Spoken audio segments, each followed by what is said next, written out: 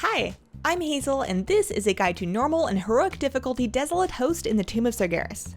The Desolate Host is actually trapped inside this big, angry soul engine thing, which you'll be facing for most of the fight. This encounter happens in two different instances of the room at once, with communication between both sides being the key to victory. Before you start, the raid should be split evenly into an up and a down group. Classes with short cooldown interrupts should be prioritized for going down. The down group needs to click these spirit fonts in order to phase into the spirit realm. If you need to switch realms at any point, click once on the nearest spirit font.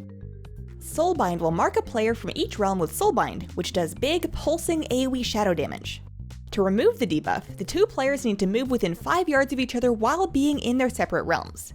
It's a good idea to have a marked meeting point to go to when you have Soulbind to make it easier to find your buddy. That way, the rest of the raid can stay clear of your damage and you can get Soulbind off quickly. The Corporeal, or Up realm, will be fighting the Soul Engine, which shares health with the Soul Queen down below. The Soul Engine will cast Bone Shards on his tank or the highest threat target. The tank will need to keep aggro to make sure that they get the Bone Shards and use some physical mitigation to keep it under control.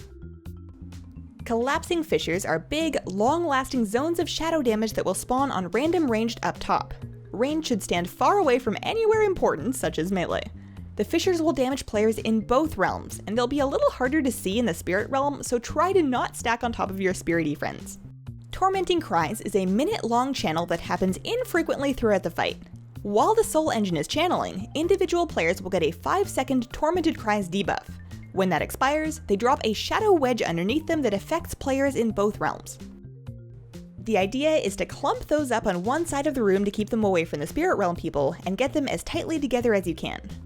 If you drop a wedge while you're already standing in a wedge though, you'll take huge damage, so don't try to stack them unless you have an immunity such as an Ice Block or Divine Shield. In the Up realm, you'll start with 3 adds and they'll respawn periodically. These are a higher priority than the boss and they should be focused down first. The reanimated Templar will cast Rupturing Slam, causing these 3 fell waves to whoosh out from him. Those will hurt and knock back players in either realm, so it's important to watch for them when the add is up. The Ghastly Bone Wardens will cast Grasping Darkness, bouncing shadow damage around to players within 5 yards of each other. While these adds are up, stay spread at least 5 yards away from other players to minimize that damage. Meanwhile, the other half of your raid will be fighting Soul Queen Dejana and her adds in the Spirit Realm. Like in the Upper Realm, adds have priority over the boss and should be focused down first. Soul Residue adds will fixate random players and move towards them. They leave icky green soul rot behind them as they move, so they should be slowed or stunned as much as possible and killed ASAP. That rot will damage players in both realms. When the adds die, they explode with Soul Eruption, which is a big 5-yard AoE burst. Don't be in that. Fallen Priestess adds need to be tanked. They'll apply these Spirit Chains debuffs to players, slowing them down and stopping them from using Spirit Fonts. That is dispellable and healers should take care of it whenever they can. The priestesses also channel Shattering Scream, which does damage and slows you with a stacking debuff over about 8 seconds. If she gets the whole cast off, the player will explode with AoE damage. Shattering Scream is kickable and usually should be kicked right away. On heroic difficulty only, you will sometimes need that Shattering Scream explosion to deal with a mechanic, so listen to your raid leader regarding kicks on heroic. On normal, kick away. The Soul Queen will cast Crush Mind on her tank, which does a good amount of magic damage and stacks. That can and needs to be kicked. It's best to have classes with short cooldown interrupts such as melee in the Spirit Realm to help manage the Crush Mind kicks.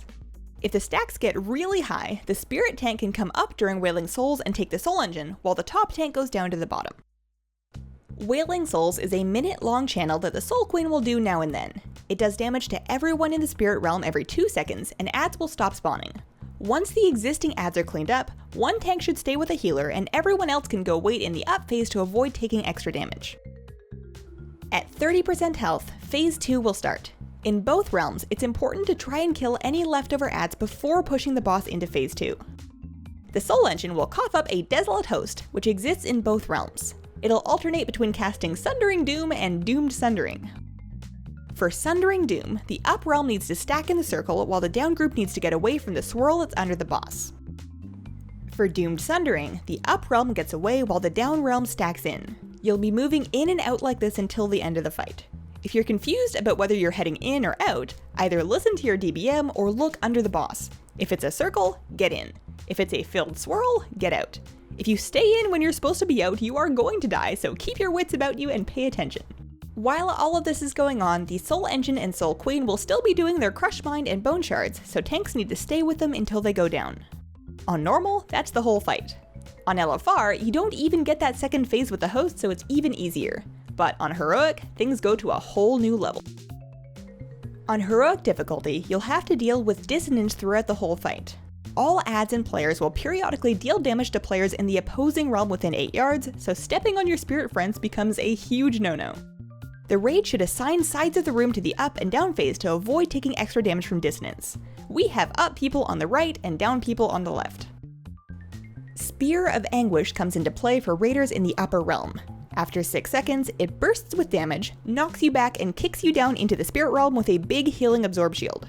Anyone within 5 yards when it goes off will get the same treatment, so take spears safely away from other players. That knockback can and will take you off the back edge of the room if you're too close, so be mindful to stay away from the edge. When you get down into the spirit realm, head into range of their healers so they can take your debuff off. Once you're clear, you can click the font to go back up and resume the fight. In the spirit realm, players will have to deal with Wither. It's a 1-minute dot to deal with and increases your damage taken from Wailing Souls by 100%. If you have Wither, you absolutely must get out of the spirit realm during Wailing Souls, even if you're a healer or the adds aren't dead yet.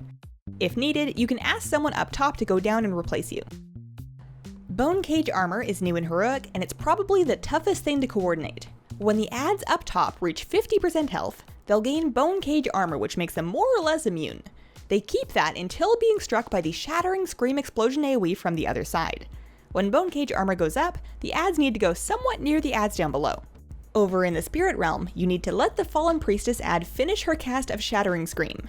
The player with the Scream should stack over where the upstairs adds are so that they hit them with their explosion. If there are no Fallen Priestesses, you need to just hang on to the upstairs adds, keep dodging Rupturing Slam, and wait. Coordinating screams for Bone Cage armor requires good communication between the up and down groups in order to take off the buff and kill the adds.